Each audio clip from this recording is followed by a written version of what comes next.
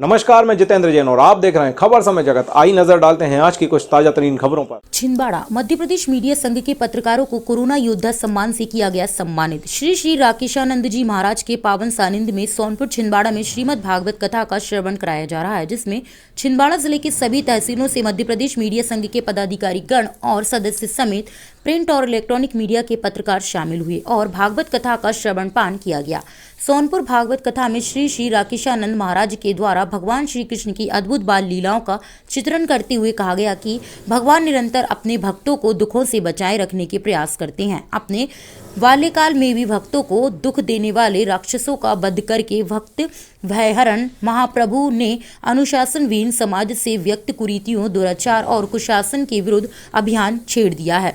पूतना वध के बाद कंस को पक्का यकीन हो गया था कि मेरा काल यशोदा का लाली है। तभी श्री कृष्ण को मारने के प्रयास में वकासुर, असुर जैसे अनेकों राक्षसों को भेजा गया, लेकिन सभी मारे गए। क्रोध में कंस प्रजा पर घोर अत्याचार करता रहा। सारी प्रजा त्राहिमाम करने लगी थी। अंततः भगवान श्री कृष्ण द्वारा कंस का वध कर प्रजा को मुक्त कराया गया। इससे यही शिक्षा मिलती है कि जब जब धरती पर पाप बढ़ेगा तो उसका अंत करने के लिए भगवान किसी न किसी रूप में अवतरित होंगे। श्री कृष्ण की लीलाओं से हमें बहुत कुछ सीखने को प्रेरणा मिलती है। श्री श्री राकेशानंद महाराज जी द्वारा मध्य प्रदेश मीडिया संघ के पत्रकारों को कोरोना योद्धा के सम्मान के रूप में प्रशस्ति पत्र देकर सम्मानित किया गया और अपना आशीर्वाद प्रदान करते हुए सभी पत्रकार बंधुओं के उज्जवल भविष्य की कामनाएं की गई। इस दौरान मध्य प्रदेश मीडिया संघ के सभी पदाधिकारी गण, सदस्य समेत सोनपुर ग्रामवासी, माताएं, बहनें, श्रोतागण उपस्थित रहे। मेरे भगवान ब्रज में अलग अलग लीलाएं कर रहे हैं। एक गोपिका तो ऐसी जो कहती है, एक आना जल्दी जल्दी हमको बस दे दो, नहीं तो तुम्हारी खैर नहीं, तुमको राजा साहब को बता देंगे और फिर तुम सीधे जेल में नजर आओगे। भगवान कहते हैं जो राजा को आप बताने जाओगी ना, वो हमारे पिताजी लगते हैं, जाओ बता दो। गोपिकाओं का अलग अलग स्वभाव है। कोई गोपिका विनती करती है, कोई गोपिका गुस्से से कहती है, कोई गोपिका प्रेम से कहती है, लेकिन भगवान वस्त्र वापस नहीं करते। गोपिकाओं से कहते हैं कि सुनो गोपिकाएं, इसके दो कारण है परीक्षित।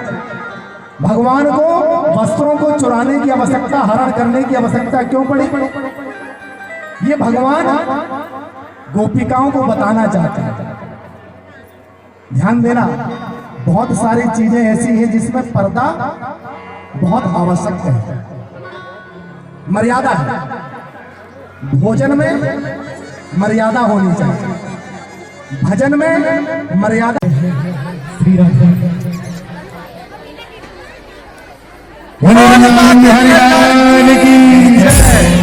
आपने महाराज ये कार्यक्रम किया और जनता को एक नई ऊर्जा दी, और आपको ऐसा क्या सूझा कि कोरोना काल में पत्रकारों का सम्मान किया?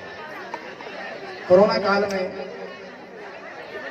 जब हम लोग सब घर में बैठे हुए थे और देख रहे थे चैनलों में, तो हर पल पल की खबर आ रही थी कि आज इतने हो गए, आज इतने हो गए। और उस बीच जब पूरी दुनिया में एक डर का माहौल था, ऐसे ऐसे देश के पूरे आधे देश सब साफ हो गए कोरोना के कारण। जब पूरे देश में डर का माहौल था, उस समय हमारे कई ऐसे पत्रकार साथी हैं, कई ऐसे पत्रकार हैं जिन्होंने अपने चैनल के माध्यम से, अपने पेपर के माध्यम से, प्रिंट मीडिया, इलेक्ट्रॉनिक मीडिया के माध्यम से जो जनमानस को अलग जगाई, ऐसा भूमिका सामने आई। पत्रकार, पुलिस और डॉक्टरों के बारे में अभी तक तो यही कहा जाता है ये बहुत लूटने वाले हैं, लेकिन पहली बार ऐसा समझ में आया कि ये सब परोपकारी है। भूखों को भोजन कराना, जो यात्री घर तक नहीं पहुंच पाए उन लोगों को घर तक भेजना, ये सारे जिम्मेदारी इन पत्रकारों ने उठाई। तो मुझे ऐसा लगा कि हम कुछ तो नहीं कर सकते, हम तो घर में बैठे थे उस समय, पर छोटा सा सम्मान इन सभी पत्रकार भाइयों का होना चाहिए, जिससे जनमानस में एक नई ऊर्जा जागे और ऐसे ईमानदार पत्रकार जो हमारे देश में पत्रकारिता कर रहे हैं, उनको एक नया रास्ता, एक नई पहल मिले और वो इसी तरह निरंतर कार्य को आगे बढ़ाते रहे, पत्रकारिता के क्षेत्र में नाम कमाते रहे। इसलिए ऐसा लगा कि छोटा सा सम्मान इन्हें देना चाहिए। मतलब जनता को क्या संदेश है कोरोना काल में, जो मतलब आगे स्वस्थ रहे, मस्त रहे? बस जनता के लिए यही संदेश है कि स्वस्थ रहे, मस्त रहे। और वैक्सीन आ गई है, और अब तो किसी प्रकार की कोई दिक्कत परेशानी नहीं है। सब अपने अपने घर में जाएं, भगवान का भजन करें और भगवान के नाम का गुणगान करें। और पूरे देश में जैसे राम मंदिर भी बनने जा रहा है और कोरोना की दवा भी आ गई है और सारा काम अच्छा हो रहा है। 2020 जैसा गया 2021 वैसा ना जाए, 21 में सब अच्छे रहें और सबको समस्त मनोकामना सबकी पूर्ण हो। बस यही शुभकामनाएं देती हूँ।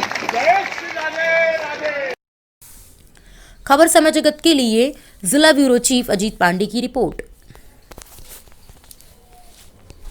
For latest news, subscribe to our channel and press the bell icon.